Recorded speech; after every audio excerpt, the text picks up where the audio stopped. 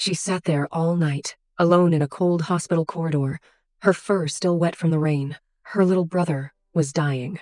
The doctor said the treatment would cost more than she had, more than she could ever earn. He had nothing, except him. But it wasn't always like this. There was a time when they had nothing and everything. Just a small home, a patch of sun, and each other. He was her whole world, her little shadow. She carried him everywhere, protected him from everything. She would do anything for him. Anything. Then one ordinary afternoon, he just fell. She ran to him, nudged him. He wouldn't wake up. So she picked him up and ran through pouring rain, through dark streets. She didn't feel the cold. She didn't feel anything except fear.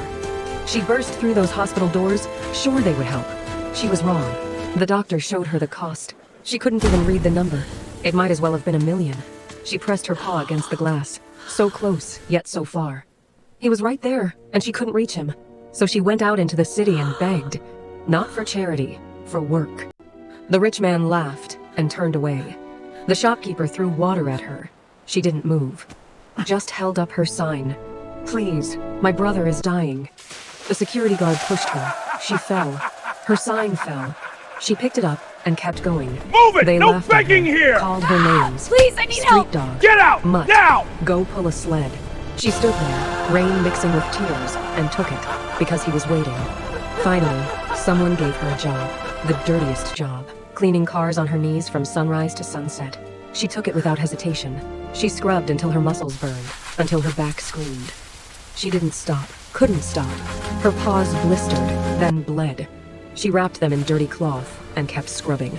They threw coins on the ground, made her pick them from mud. She picked every single one. Each coin was one step closer to him. Night came. She sat alone in an alley and counted her earnings. It wasn't enough. She counted again and again, hoping she'd made a mistake. She hadn't. She pulled her knees to her chest, and for the first time, she let herself break. Then she looked at his photo, his tiny face, his trusting eyes, and something inside her refused to quit. She wiped her tears, stood up, and walked back to work. He was waiting. Days passed. Rain or shine, she was there. Nothing stopped her. Nothing. She collapsed at sunset, forced herself up, kept going. His heartbeat was her clock.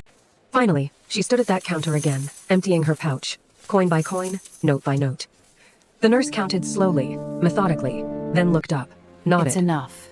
It's enough. Her legs gave out. She grabbed the counter. It was enough. It was enough.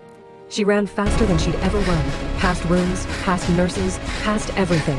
Nothing could stop her now. She burst through the door, and there he was. His eyes opened. He saw her. And he smiled.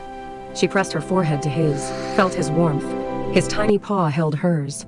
For the first time in days, she breathed. You so much. He was alive. He was alive. She looked at the world, tired, scarred, blistered, but unbroken. She had nothing except love, and love was enough. This was for him, for her brother, for love.